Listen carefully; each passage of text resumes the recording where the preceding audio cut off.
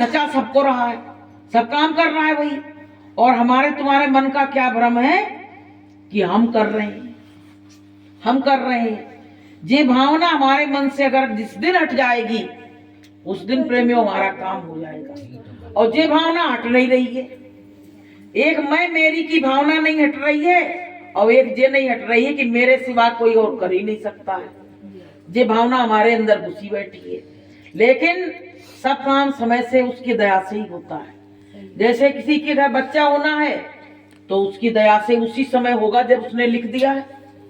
किसी के घर शादी होना है, तुम चाहे सालों साल ढूंढते रहना, और जिस दिन उसका वो आंख बस दृष्टि उसकी जरा सी घूम जाए तो उसी दिन काम हो जाएगा। तो प्रेमियों बस निमित्त मात्र, गुरु महाराज ने कहा तुम निमित्त मात्र बस बन जाओ। यस द्विवेद लाने आए हैं और भारत के लालो जग जाओ, हम तुम्हें जगाने आए हैं।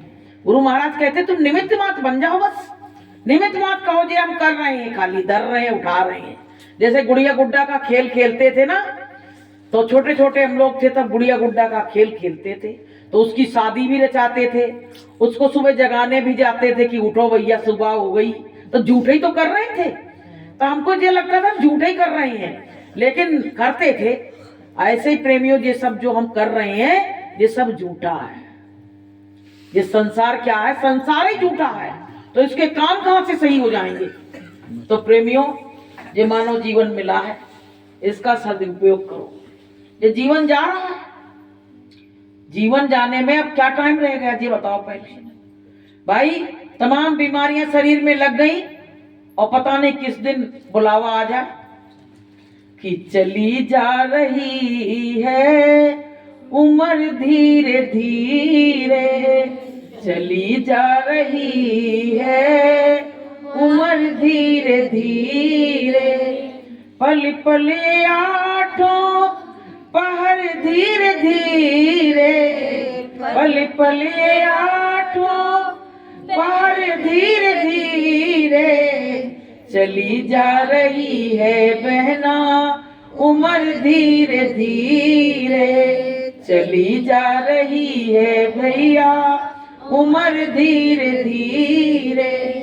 तो भैया जो धीरे धीरे उम्र खिसकती चली जा रही है। कैसे कर देते, साल भर हो गई, अब हम इतने साल के हो गए।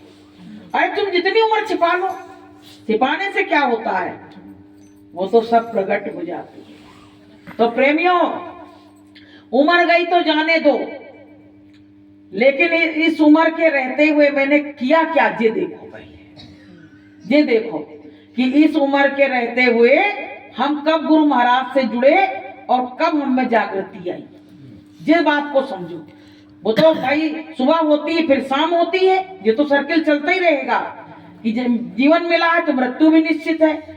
लेकिन इसके मिलने के बीच में मैंने उस परमात्मा से मिलन किया कि नहीं किया। तो प्रेमियों जैसे ये कपड़ा गंदा हो जाता है तो धोबी को देते हैं धुलने के लिए कि नहीं देते। अब ये काया गंदी हो गई तो ये तो धोबी तो धुल नहीं पाएगा। अब इस काया को सतगुरु के पास सफाई के लिए ले जाना पड़ेगा, और अगर सतगुरु के पास नहीं गए इस काया को धुलवाने के लिए मैल को, तो पता क्या होगा, वो काल ले जाएगा पकड़ के, फिर वो तो बेदर्दी से इसको धोएगा, साफ करेगा, इसमें जो गंदगी भरी है उसकी सजा ले जाके नरकों में डालेगा हमको। तो प्रेमियों समय रहते इस काया की सफाई सतगुरु से करवा लो। सतगुरु अगर जिनको मिल जाते हैं उनकी सफाई वो अपने हिसाब से कर देते हैं। अब जैसे किसी को बीमारी लग गई, वो सत्संगी प्रेमी है और बढ़िया सक्रिय रूप से काम करता है, लेकिन लग गई बीमारी। अब किस लिए लगी है, ये हम लोग कहते हैं भैया सत्संग में जाती थी बीमार पड़ी है, ये नहीं है, इसका कुछ पता नहीं कौन से जन्मों का कर्म गुरु महाराज काट रहे हैं, कौन से जन्मों का कर्म गुरु महाराज काट रहे हैं, इसलिए उसको बीमारी आई है, वैसे नहीं आती। तो प्रेमियों गुरु की मर्जी में ही खुश रहो कि जाहि विधि राखे गुरु ताहि विधि रखिए। देखो हमारे सिर पे गुरु महाराज ने हाथ रखा है तो हमको बहुत बड़ा कमांड होना चाहिए कि गुरु धरा शीश पर हाथ मन क्यों सोच करे, गुरु धरा शीश पर हाथ, मन क्यों सोच करे, गुरु आज्ञा हरदम साथ, मन क्यों सोच करे, गुरु आज्ञा हरदम साथ, मन क्यों सोच करे। तो जब गुरु महाराज ने हाथ रख दिया है तो डरो नहीं। डरे तो वो लोग जो आज भी काल के दायरे में चल रहे हैं। हम लोग तो दयाल के दायरे में आ गए। ये मेहनत हमारी अकारत नहीं जाएगी। हम लोग सोच रहे हैं अरे भैया सत्संग में गए इतना टाइम बर्बाद हो गया। बर्बाद नहीं हुआ है।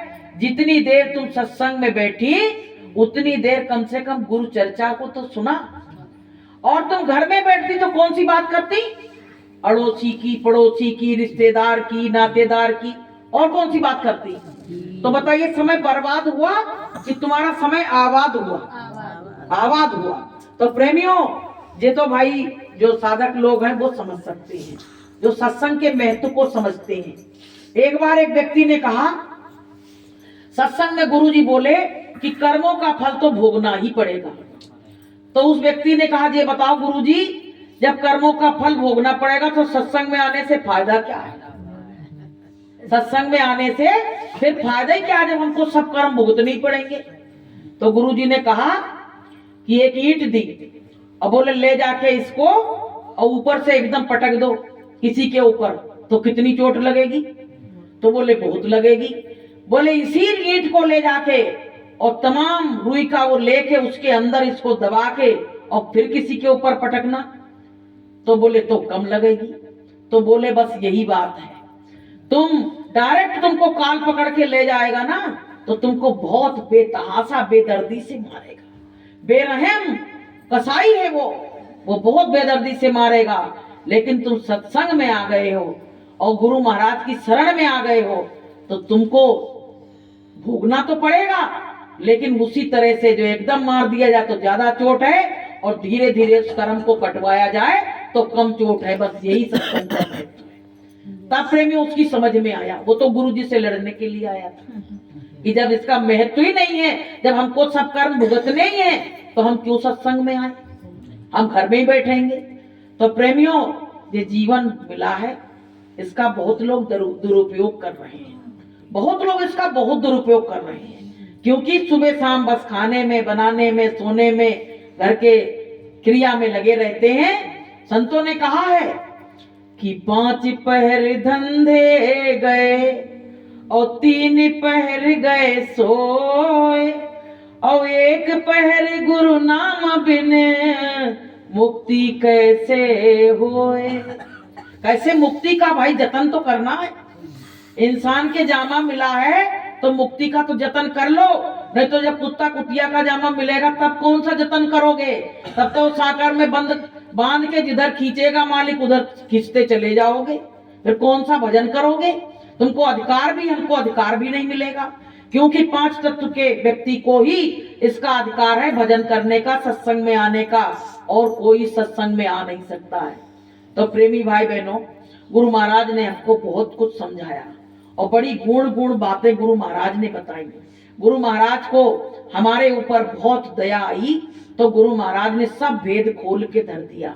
लेकिन हम लोग इतने नासमझ बच्चे, जिद्दी बच्चे, उद्यमी बच्चे आज तक उस बात को पकड़ ही नहीं पाए कि गुरु ने जगाया बंदा फिर सो गया, गुरु ने जगाया बंदा फिर सो गया, उठ परदेसिया सवेरा हो गया, उठ परदेसिया सवेरा हो गया।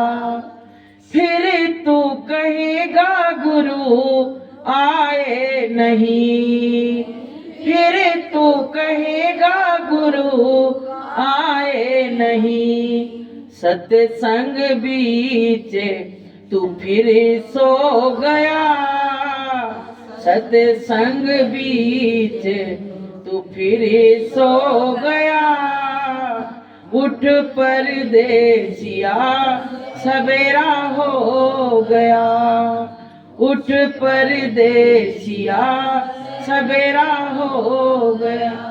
अब दुनिया में लोग कहें अरे गुरु तो आए ही नहीं थे, हम किससे नामदान लेते, किससे गुरु मंत्र लेते। तमाम लोग कहेंगे। जब हम लोगों को एक लाइन में लगा देखेंगे और कोई मोहल्ले वाला पहुंच गया संग में, पता चला मेरी मौत हुई और उसकी भी भई, तो वो देखेगा कहेगा कि ये तो उनके संग जा रहे और हमको जो काल पकड़े खड़ा है।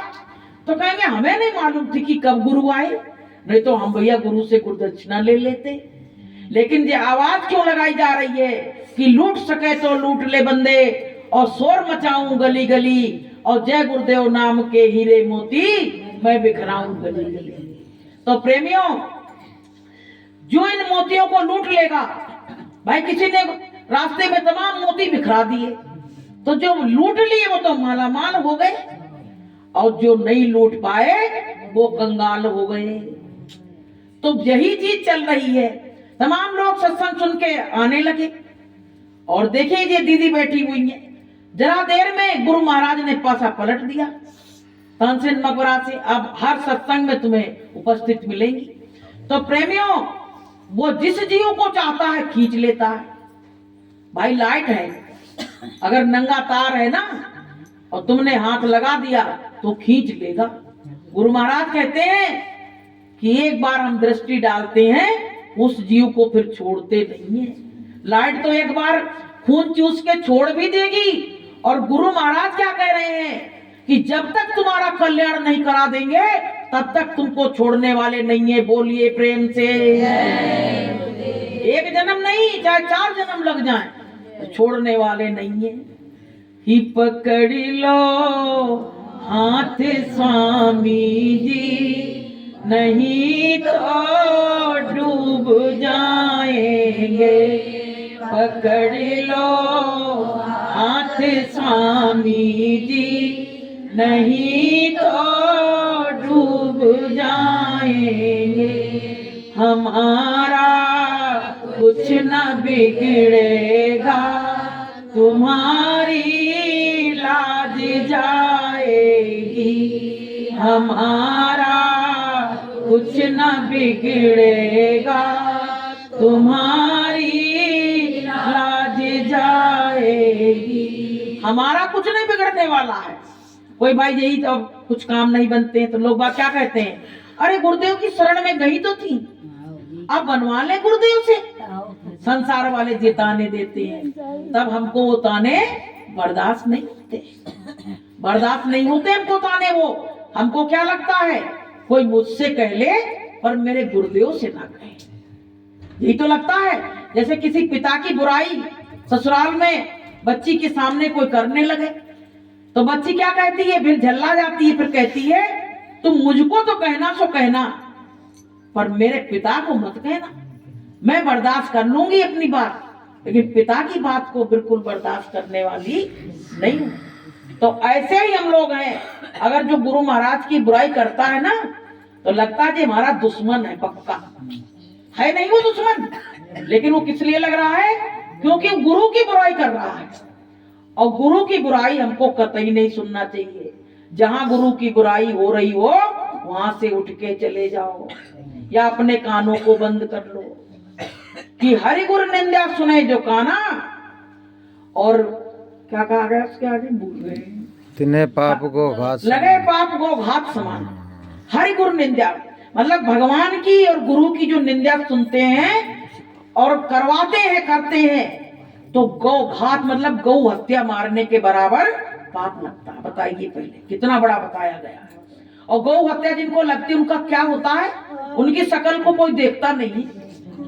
एक बार एक मांगने वाली आई तो ऐसे बूढ़े उस पे, हमने कही क्या हो गया, अरे वो गौ हत्या का दोष लगा है मेरे ऊपर, मेरी झोली में जो डाल दो, हम किसी को मुंह दिखाने। अब देखो अपन कहते हैं ना बुराई करो भलाई करो कुछ नहीं होता है, अब वो जगह जगह कहती फिर रही है सबसे कि हमने गौ हत्या की, हमने गौ हत्या की, तो उसके दोष खत्म होते चले जा रहे हैं कि नहीं होते जा रहे हैं। अब बताइए अपने दोषों को पूरे में कहती फिर रही है कि हमको जो गौ हत्या मारने का दोष खत्म हो जाएगा। बताइए, इतना बड़ा पाप और कह कह के खत्म हुआ जा रहा है। तो प्रेमियों, हमको सबको जहां गुरु की चर्चा कोई गलत कर रहा हो, वहां चाहे अपना क्यों ना हो, हितैषी कितना भी पति क्यों ना हो, लेकिन तुम हट जाओ वहां से। लड़ाई करने की जरूरत नहीं है, लेकिन वहां से हट लो। ये सोचो कि ये बात करने योग्य नहीं है, इससे हम बात नहीं करेंगे। तो प्रेमियों, हमको सबको जो मानव जीवन मिला है, हम तो कहते कुछ भी ना मिले, मुझसे सब कोई सब कुछ लूट ले जाए, पर कम से कम हमको गुरु महाराज तो मिल गए। हमारे हृदय से कोई गुरु महाराज को नहीं निकाल पाएगा। मरते समय तक कोई गुरु महाराज को हमारे हृदय से नहीं निकाल पाएगा, चाहे दुनिया की सब दौलत ले ले, सब दौलत ले ले। एक बार क्या हुआ, एक महात्मा जी बैठे भजन कर रहे, तब तक एक चोर आया। महात्मा बड़े दयालु होते हैं और उन पे रहता कुछ नहीं है। अब आजकल के महात्मा तो भाई बहुत बड़े बड़े लग्जरी जीवन जी रहे हैं। अब क्या हुआ, वो बैठे भजन कर रहे, तो उसे कुछ नहीं मिला, तो महात्मा जी का कंबल ही खींच ले गया। अब महात्मा जी सोचे, वो कंबल खींचा तो वो खिड़की से कूदने लगा, तो कंबल ने उसे को खींच लिया। कंबल में वो ताकत, भजन करते थे बैठ के। अब वो महात्मा जी सोच रहे जी वो कहा रहा है, देखे तो वो चोर। तो बोले भैया क्या चाहिए? अरे चाहिए कुछ नहीं, हम आए आपके यहाँ चोरी करने के लिए, तो कुछ नहीं मिला, तो हमने सोची चलो कंबल ही उठा ले चले इनका। तो बोले ले जाओ, फिर खड़े क्यों हो? अरे बोले हम उससे निकल ही नहीं पा रहे, पता नहीं कौन हमको खींच रहा है। तो महात्मा जी ने कही, ये कंबल संत और महात्माओं का है, चोरों के पास नहीं जा सकता है जी, ये वहां नहीं जा सकता है। तुम्हें और कुछ चाहिए हो तो ले जाओ। बोले महात्मा जी हमको कुछ नहीं चाहिए, अब तुम कैसे हमारा कंबल से पीछा छुड़ा दो। कंबल छोड़े ही नहीं महात्मा जी को, अब ऐसे लिपट गया कि उसी में बिंद गया वो और परेशान। तो महात्मा जी ने कंबल से कही भैया छोड़ दो इसको, बेचारा अनजान में आ गया। ये कहो कंबल हट गया और वो चोर भाग गया। तो प्रेमियों, संतन के पास क्या है? दया है, वहां दया है, मेहर है। ये सब सोना चांदी के लिए नहीं वो बैठे हैं, वो तो उनके चरणों में सोना चांदी पड़ा हुआ है, उनको उस चीज की जरूरत नहीं है। तो प्रेमियों, हमारी भाव भक्ति परमात्मा के चरणों में। बस तुम सब कुछ गुरु महाराज से कहो, लेकिन बस यही कहो, गुरु महाराज हमको तुम्हारी याद आती है कि नहीं आती है? तुमको हमारी याद आती कि नहीं आती है? हमारे भजन के लिए हमारा मन क्यों नहीं होता है? गुरु महाराज आप दिखते तो नहीं हो, लेकिन कम से कम हमारी याद करते रहना। जैसे जब लड़की विदा होती तो माता पिता से क्या कहती है? माता पिता से क्या कहती है कि पिताजी हमारी याद बनाए रखना, कभी कभी चक्कर लगा देना, है हम जा तो रहे ससुराल। ये कहती तो पिता क्या कहता है? तो तुम जाओ बेटा, हम तुम्हारी देख रेख बराबर करते रहेंगे। ऐसे प्रेमी गुरु महाराज है। हमारा जब भजन में मन ना लगे, कुछ हो तो गुरु महाराज से डायरेक्ट बात करो ना। गुरु महाराज से कहो, गुरु महाराज आज भजन का भी समय तुमने छुड़ा लिया, ऐसी क्या गलती हो गई? हम कहाँ का भोजन कर आए, कौन के संग में बैठ गए, हम पे कौन सा दोष लग गया मालिक कि आज भजन का भी समय ले लिया, अब तो हम किसी लायक नहीं बचे। तो प्रेमियों, जिस दिन भजन ना हो तो कंगाल की तरह आदमी घूमता है, जिस दिन माला ना हो पाए वो दिन पूरा बर्बाद जाता है। यूं लगता है गुरु महाराज अब क्या करें। तो प्रेमियों, गुरु महाराज ने कहा बच्चों हम तुमको याद करते हैं तब तुम मेरी याद करते हो। ये बात गुरु महाराज ने कही है कि हम तुमको याद करते हैं तब तुम सत्संग में जाते हो, वरना तुम घर में ही सोते रहोगे, सत्संग में नहीं जा पाओ। तो प्रेम बताइए गुरु कितना दयालु है। वो काल तो चाहता है कि जो दयाल के दायरे से अलग हो जाए और इनको हम घसीट ले जाएं, लेकिन पता है गुरुदेव की इतनी बड़ी दया है। गुरु महाराज कहते हैं जिन बच्चों को मैंने नामदान दे दिया है और मेरी शरण में आ गए, जय गुरुदेव नाम बोल रहे हैं, उन बच्चों को मैं छोड़ नहीं सकता हूँ। बताइए ऐसे गुरु मिले। तो प्रेमियों, इतना बड़ा सौभाग्य जीवन में मिला है, इस मौके को गंवाओ मत। सत्संग की बहुत बड़ी महिमा है। जितने भी सत्संग आपने आज तक अटेंड किए हैं, आप जा रहे हो, सब वहां मालिक के दरबार में लिखे जा रहे हैं। कहा गया है कि एक घड़ी आधी घड़ी और वाध्यु में पुण्याद, गोस्वामी संगत साधु की, और कोटि हरे अपराध। कहते आधी घड़ी का भी सत्संग अगर तुमको मिल गया तो तुम्हारा हृदय परिवर्तन हो जाएगा। बताइए, और जो रोज रोज सत्संग में आ रहे हैं तो उनके हृदय में क्या परिवर्तन नहीं होगा? क्या पत्थर के हृदय हैं क्या? उनका भी हृदय परिवर्तित हो जाएगा। अब गुरु महाराज कहते थे कि तमाम चोर डकैत सत्संग में आने लगे। हमने पूछा भैया आप क्यों आए इधर? तो कहने लगे गुरु महाराज कहीं शांति नहीं मिल रही है। बताइए, तो बोले अब इतना पैसा कमाया सब कहाँ गया? शांति के लिए तो पैसा कमाया था। तो बोले गुरु महाराज पता नहीं कहाँ चला गया, कि वो कितने ही चोरी का माल मोरी में गया। बोले पता नहीं कहाँ चला गया, हम तो गरीब के गरीब और शांति मेरे हृदय में बहुत है। तो गुरु महाराज ने कहा ठीक है भैया बैठो, सत्संग सुनो, भोजन प्रसादी लो, आराम से यहाँ सेवा करो। अब वो सत्संग सुनने लगे, भोजन प्रसादी आश्रम की खाने लगे, तो उनका हृदय परिवर्तन हो गया। उन्होंने अपने हथियार जहाँ मतलब छिपाए थे वहां ले जाके उनको फेंक फांक दिया नदी में, और आके गुरु के चरणों में आके वो माला पकड़ ली। तो बताइए संतों ने जाने कितने लोगों को सुधार दिया।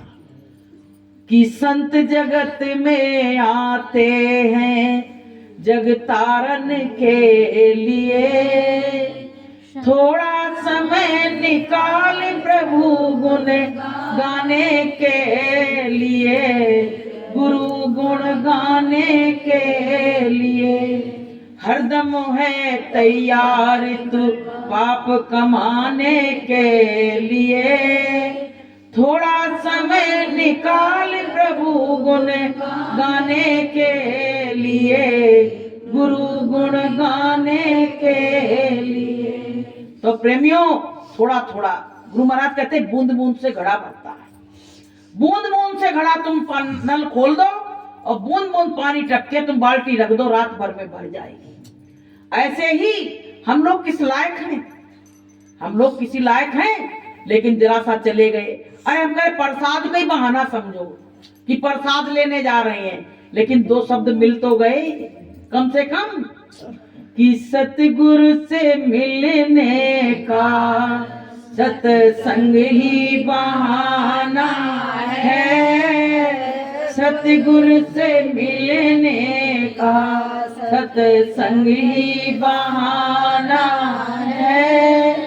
दुनिया वाले क्या जाने, दुनिया वाले क्या जाने, मेरा रिश्ता पुराना है, सतगुरु से मिलने का सत्संग ही बहाना है, सतगुरु से मिलने का। तो एक बहाना है। कहाँ जा रहे? सत्संग में जा रहे हैं, तो आओगे तो गुरु चर्चा तो सुनने मिलेगी। तो प्रेमियों जीवन जा रहा है धीरे धीरे, इसमें अब तुम इसको रोक नहीं पाओगे, लेकिन तुमको अपना काम और बढ़ा के करना है, बढ़ा के करना है। तो गुरु महाराज सबकी रक्षा के लिए खड़े हैं। कोई घबराओ मत, विपत्ति परेशानी आएंगी, भगवान पे भी आई, भगवान ने प्रमाणित कर दिया। राम भगवान पे मुसीबत आई, कृष्ण भगवान पे मुसीबत आई। बताइए कि कहाँ कारागार में जन्म लिया जाके राम भगवान की पत्नी को ही रावण उठा ले गया। बताइए, इतिहास बता रहा है आपको। तो बताइए भगवान ने पहले ही ये दर्शा दिया कि जब हमारे ऊपर कष्ट आया तो तुम्हारे ऊपर भी तो आ सकता है, फिर क्यों घबरा रहे हैं? जब भगवान ने दुख झेले, 14 वर्ष का वनवास हो गया और पत्नी चली गई, बताइए कितना बड़ा दुख हुआ कि घर परिवार सब बिखर गए। बच्चे वहां आश्रम में हुए जाके, वाल्मीकि आश्रम में, बताइए तो उनका सब परिवार बिखर गया। अगर इतना संकट मुसीबत अपने साथ आ जाए तो अपन तो कहेंगे भगवान नाम की कोई चीज होती नहीं है। तो जब भगवान को मुसीबत उठानी पड़ी, गुरु महाराज ने हमारे कम मुसीबत उठाई। जब जब संत धरा पे आए उनको बहुत बड़े बड़े कष्ट दिए गए। गुरु महाराज को देखिए कि बिना बात के कितना बड़ा कष्ट मिला, जिसका हम अपने मुख से बयान नहीं कर सकते। तो किसके लिए सहा कष्ट? भक्तों की खातिर आपने क्या क्या नहीं सहा। भक्तों के लिए भगवान नहीं सहन कर सकता है, लेकिन सतगुरु सहन कर लेते हैं। सोचते हैं हम जितनी मुसीबत आएगी सहन कर लेंगे, पर अपने बच्चों को तो यहाँ से निकाल ले जाएंगे, अपने बच्चों को तो यहाँ से निकाल के लेके चले जाएंगे। तो प्रेमियों, ये जीवन बहुत कीमती है। कोई अगर चाहे ये जीवन को कि भार स्वरूप मत समझो, ये समझो कम से कम ये जीवन मिला तो गुरुदेव का नाम तो ले रहे हैं। ये काया कहा है कि प्रभु भजन कर प्राणी, ये काया तेरी हो गई पुरानी, पुरानी काया हो गई, जर्जर हो गया, बीमारियां लग गई शरीर में, क्या करोगे? लेकिन हम कहते हैं कि बीमारी लगे चाहे कुछ लगे, गुरु महाराज